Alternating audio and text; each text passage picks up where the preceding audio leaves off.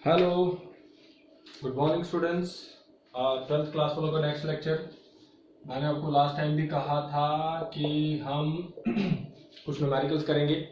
तो last time हमने 3 numerical किए थे क्वांटाइजेशन ऑफ चार्ज के ऊपर और 2 किए थे कूलम्ब्स लॉ के ऊपर। आज भी हम एक क्वेश्चन क्वांटाइजेशन ऑफ चार्ज के ऊपर करेंगे और 3 क्वेश्चन हम करेंगे कूलम्ब्स लॉ के ऊपर। तीनों के तीनों न्यूमेरिकल्स रहेंगे, ठीक है। तो पहला न्यूमेरिकल क्या है आपके पास? Calculate the total charge on 75 kg of electron। ठीक है, हमें एक टोटल चार्ज निकालना है। कैलकुलेट टोटल चार्ज ऑन, और कितने केजी का इलेक्ट्रॉन है? 75 kg ऑफ इलेक्ट्रॉन। ठीक है, सॉल्यूशन हियर मास कितना है? हियर मास हमारे पास कितना है? 75 kg। क्या निकालना हमें? Q।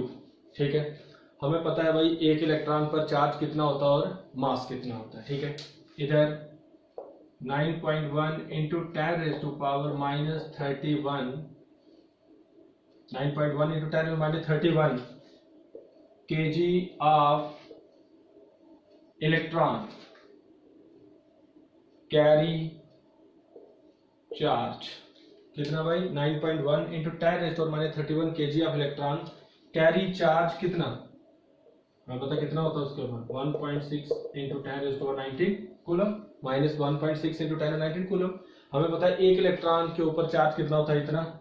और एक इलेक्ट्रॉन के ऊपर मास कितना होता है? इतना। अगर 9.1 इंटू 10 31 kg ऑफ इलेक्ट्रॉन, इतने kg इलेक्ट्रॉन होंगे तो उसके ऊपर चार्ज कितना होगा?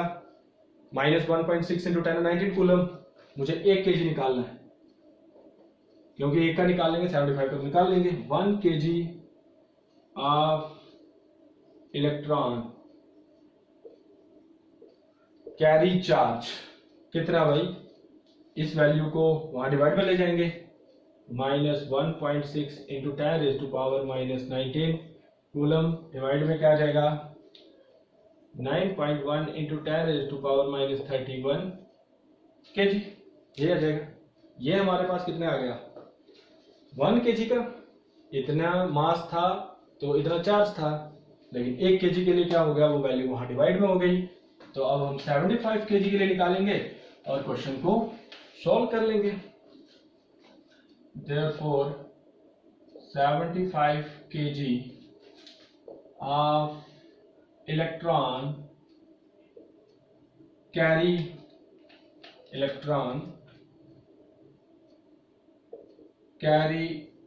चार्ज, वो कितना हो जाएगा बेटा? ध्यान से, वो कितना हो जाएगा? Minus 1.6 into 10 raise to power 19, 9.1 into 10 raise to power minus 31 into क्या भाई? 75 kg। और इसी को सॉल्व करेंगे तो 75 kg के ऊपर आप निकाल लेंगे calculate the total charge on 75 kg of electron. तो ध्यान दें, इसको मैं सेटिंग करके दे रहा हूं आपको। 1.6 इंटू होगा 75 डिवाइड में होगा 9.1 इंटू ऊपर क्या होगा? 10 रेज़ टू पावर माइनस 19। ये डिवाइड वाला ऊपर जाएगा। अब आप समझदार हो चुके हैं, अगर पिछले न्यूमेरिकल आपने ध्यान से देखे हैं। ठीक है, डिनोमिनेटर वाला ऊपर जाता है तो नेगेटिव का क्या हो जाता है? पॉजिटिव। ठीक है, अब इधर ध्यान देना, ये आपके लिए मैं छोड़ रहा हूं। आपने इसको मल्टीप्लाई करके इसका डिवाइड करना है, इनको सॉल्व कर लेना है। जो भी रिजल्ट आएगा आप पॉइंट को शिफ्ट करके आप उसका आंसर निकाल लेंगे। ये क्वेश्चन मैं आपके लिए छोड़ रहा हूं आज। इसको सॉल्व कर लेंगे। देखो 19 है 31, तो यहां से 12 बच जाएंगे। बाकी इसको सॉल्व करेंगे, शिफ्ट करेंगे आप पॉइंट, आपका आंसर निकल जाएगा। Okay,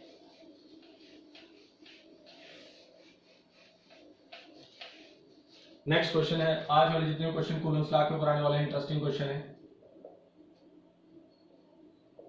force between two charge is 100 Newton.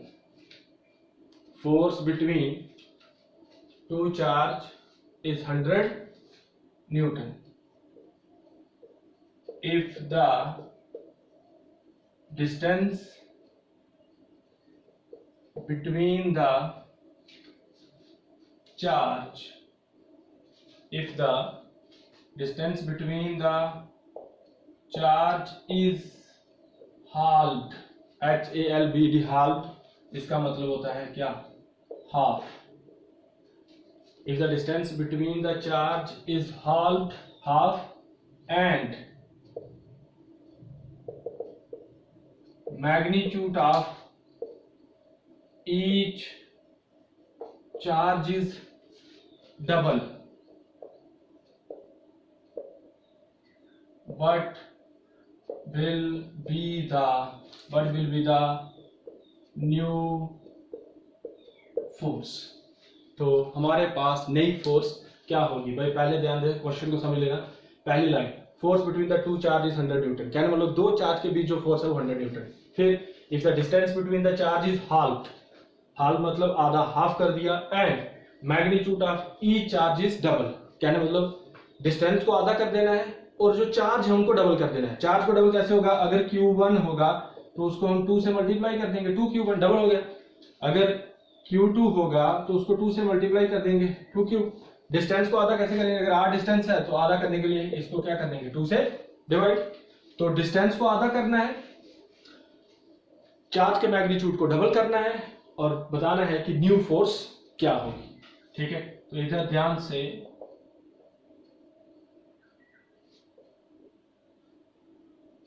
According to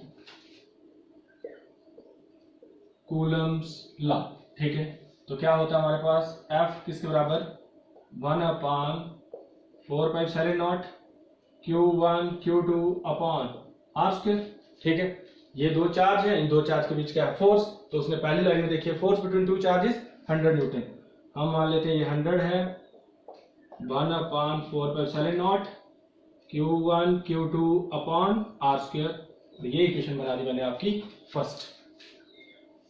ये इक्वेशन क्या बना दी मैंने, फर्स्ट. ओके, फिर अगली लाइन पढ़िए, distance between the charge is half. Distance charge का डिस्टेंस उनके बीच ज्यादा कर देना और magnitude of the charge is doubled. तो हमें न्यू फोर्स निकालनी है. तो फिर हम बात करेंगे according to Coulomb's law, force between two charge, ये थी फोर्स, आगे 100 न्यूटन. अब देखिए अकॉर्डिंग टू क्वेश्चन. ठीक है, अकॉर्डिंग टू क्वेश्चन, ध्यान देना इधर. तो जो नई फोर्स है हम उसका नाम F डैश रख लेते हैं. ठीक है, F1 रख सकते हैं, F2 रख सकते हैं, मैंने क्या रख दिया, F डैश. क्या आ जाएगा, 1/4πε0. क्या कह रहा है भाई, चार्ज को डबल करना है. तो Q1 होता है तो क्या हो जाएगा, 2Q1 इंटू 2Q2, हो गए डबल दोनों चार्ज. डिस्टेंस को क्या करना, आधा, R/2, और क्या था उसके F डैश किसके बराबर, 1/4πε0, 2 और 2 4, Q1 Q2 upon R square upon क्या, 4, R स्क्वायर अपॉन 4. ये आपको 1 2 3 वाला घूम के ऊपर चला जाएगा, इस 4 के साथ मल्टीप्लाई होगा. F डैश किसके बराबर, 1/4πε0, क्या आ जाएगा, Q1 Q2 upon R square. ये 4 यहाँ मल्टीप्लाई होगा तो 16 हो जाएगा. तो हम इस 16 को पहले लिख लेते हैं, यहाँ लिखो तो यहाँ लिखो, एक मतलब है, लिख देते हैं F डैश किसके बराबर, 16. F dash is equal to 16. देखो ये ऊपर 4 जाएगा, 4 × 4 16, मैंने पहले लिख लिया 1/4πε0 Q1 Q2 upon R square. ये आपके पास आ गई इक्वेशन सेकंड. अगर हम फर्स्ट और सेकंड को देखें तो जो जितनी ये वैल्यू है, ये किसके बराबर है, किसके बराबर है, 100 के. किसके बराबर है, 100 के. ओके, तो अब देख लेते हैं हम क्या होगा.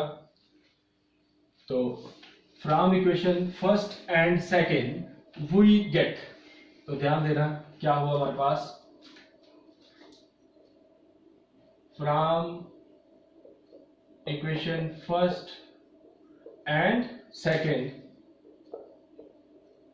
We get, from equation first and second we get. तो क्या हो गया, हमारे पास जो न्यू फोर्स हो गया F डैश, वो किसके बराबर, 16 इंटू यहां तक क्या आ गया, इसकी जगह क्या आ जाएगा हमारा 100.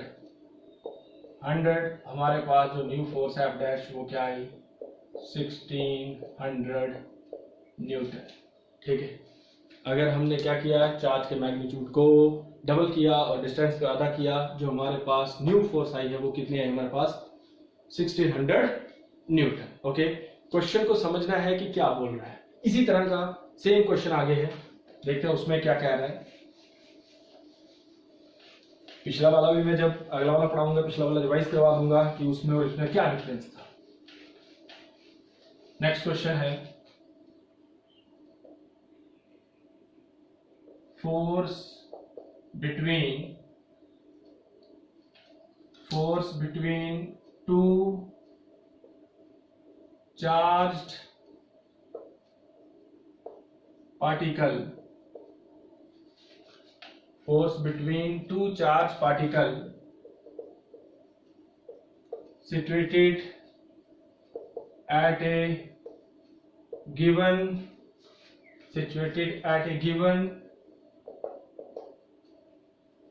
distance is F Newton. Situated at a given distance is F Newton. F Newton. क्या कह रहा है? Force between two charged particles situated at a given distance is F Newton. But will be the new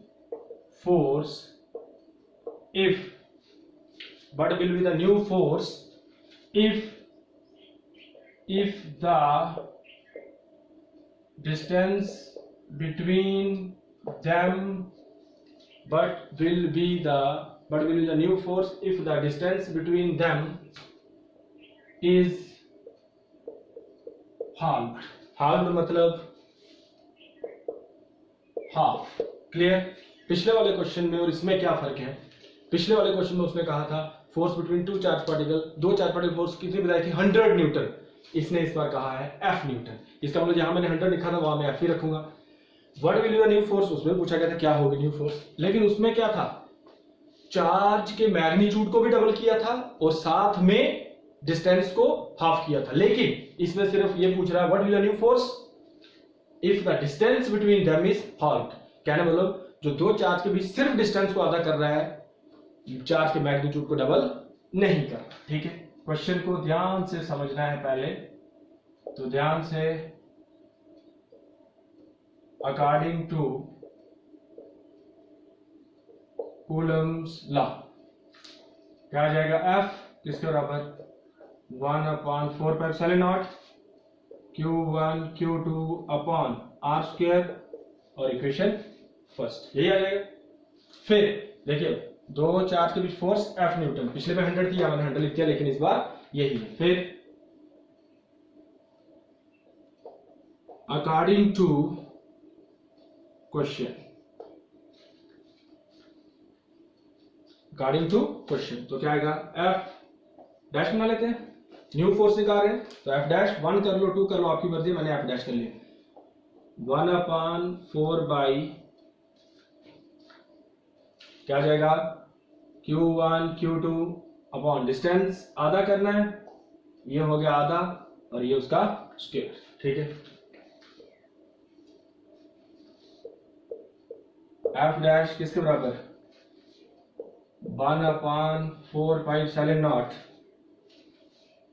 Q1 Q2 upon R square और क्या 4, 1 2 3 घूम जाएगा ऊपर चला जाएगा 4, तो मैं यहां 4 लिख देता हूं। F डैश किसके बराबर 4 पहले लिख देता हूं 1/4πε0 क्या भाई Q1 Q2 upon R square. Okay, और इसको बना लेता हूं मैं इक्वेशन सेकंड। तो from equation first and second, तो क्या मिलेगा आपको, from equation first and second, ये किसके बराबर है, ये किसके बराबर है F के, यही है। तो आपका जो F डैश होगा वो किसके बराबर होगा 4F के। अगर हम डिस्टेंस को सिर्फ आधा करेंगे, जो हमारी पहले वाली फोर्स होगी और जो न्यू वाली फोर्स होगी वो पहले वाली फोर्स के 4 टाइम्स बढ़ जाएगी। तो क्या होगा, from equation first and equation second we get, तो क्या आ गया, एफ डैश किसके बराबर हो गया, 4 टाइम्स, किसके बराबर हो गया, 4 टाइम्स। ओके, अगर हम डिस्टेंस को आधा करेंगे, जो हमारी पहले वाली फोर्स होगी, जो न्यू फोर्स आएगी, वो पहले वाली फोर्स से 4 टाइम्स क्या है, ज्यादा। ओके, अगला वाला क्वेश्चन भी इसी तरह का लगभग,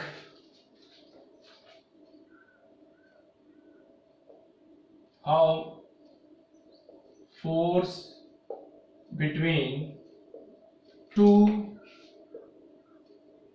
इक्वल चार्ज is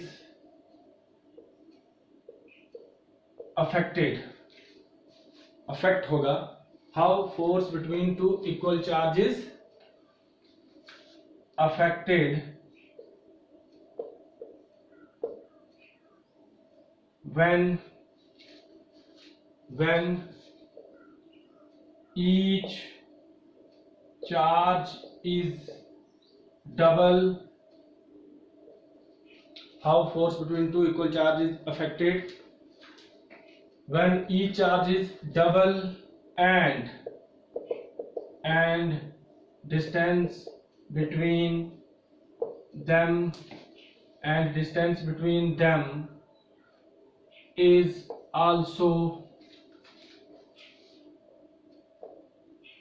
डबल। देखो, इसमें हमने एक तो चार्ज को भी डबल करना है और डिस्टेंस को भी डबल करना है। पहले वाले क्वेश्चन में हमने चार्ज को डबल किया और डिस्टेंस को आधा किया। दूसरे वाले क्वेश्चन में, ये कूलम्स लॉ के क्वेश्चन में, डिस्टेंस को आधा करके देखा, हाफ करके देखा। और इस क्वेश्चन में हमने बताना कि how force between two equal charges affected, क्या इफेक्ट होगा when each charge is double and the distance between them is also double. ठीक है, तो इसमें हमने चार्ज को भी डबल करना है और उनके डिस्टेंस को भी डबल करना है। ठीक है, अकॉर्डिंग टू कूलम्स लॉ, तो क्या होगा, F किसके बराबर 1/4πε0 Q1 Q2 upon R square, और इक्वेशन फर्स्ट ये आ जाएगा। फिर ये तो आ गया पहला। फिर अकॉर्डिंग टू क्वेश्चन,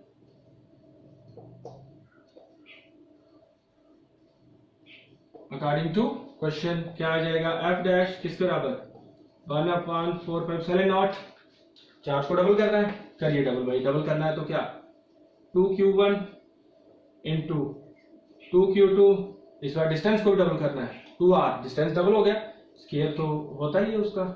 ठीक है, ये ध्यान रखना, वहां R स्क्वायर उसका अपनी जगह है, हमने डिस्टेंस R है उसको आधा ही डबल करना, 2 से मल्टीप्लाई आधा करना होता है, 2 से डिवाइड, तो क्या आएगा, F डैश किसके बराबर 1/4πε0, क्या आ जाएगा ऊपर 4Q1 Q2 upon 4R square, 2 into 2 4R square, 4 और 4 कैंसिल, F डैश किसके बराबर 1/4πε0 Q1 Q2 upon R square, और इक्वेशन सेकेंड। इस बार आप फर्स्ट और सेकंड को देखिए, ये फर्स्ट है ये सेकंड है, मेरे बेटा दोनों बराबर हैं। From equation first and second we get, तो ध्यान रखना जब हम चार्ज को भी डबल करेंगे और डिस्टेंस को भी डबल करेंगे तो ध्यान रखना फोर्स के ऊपर कोई इफेक्ट नहीं पड़ेगा। ठीक है, तो ये जो 3 न्यूमेरिकल किए हैं, यहां से कंसेप्चुअल क्वेश्चन भी निकलता है। देखिए, आपको सीधे कोई क्वेश्चन पूछ सकता है कि अगर हम 2 चार्ज को डबल कर दें और डिस्टेंस को डबल कर दें तो क्या होगा। तो यहां से हमने सीखा कि उनके बीच जो फोर्स होगी उनके ऊपर कोई इफेक्ट नहीं होगा। अगर हम डिस्टेंस को आधा कर दें, ये ऐसे माइंड में फिट कर लेने होते हैं, न्यूमेरिकल्स तो है, जैसे हम इसको कर लें, इनसे सीखना होता है। तो जैसे अगर हम डिस्टेंस को आधा कर दें तो ध्यान रखना जो पहले वाली फोर्स होगी, दूसरे वाली जो नई फोर्स होगी, वो पहले वाली फोर्स के 4 टाइम्स बढ़ जाएगा। अगर हम डिस्टेंस को भी आधा करें और मैग्नीट्यूड को भी डबल कर दें, वो डिपेंड करता है क्वेश्चन कैसे पूछा है। डबल कर देंगे तो हाफ कर देंगे तो वो 1600 टाइम्स हो जाएगा, हमने उसके न्यूमेरिकल देखा। अगर वैल्यू चेंज कर देगा तो अकॉर्डिंगली वैल्यू जो रिजल्ट है वो हमारा चेंज हो जाएगा। ठीक है, ये थे हमारे पास न्यूमेरिकल्स इसके ऊपर। अभी मैं कूलम्स लॉ के ऊपर और भी न्यूमेरिकल्स करवाऊंगा। अभी मैं आपको और डिस्टेंस निकालना भी सिखाऊंगा, ठीक है। और भी कुछ तरह के न्यूमेरिकल में करवाऊंगा, लेकिन अब इस टॉपिक के बाद, इन न्यूमेरिकल्स के बाद हम पहले एक टॉपिक पढ़ेंगे, force between two charge in term of their position vector, फिर साथ में एक दो न्यूमेरिकल कर लेंगे, फिर हम पढ़ेंगे सुपरपोजिशन प्रिंसिपल। ओके, तो आज के लिए हम इतने रखेंगे, मिलेंगे आपको नेक्स्ट वाली क्लास में। Okay, bye.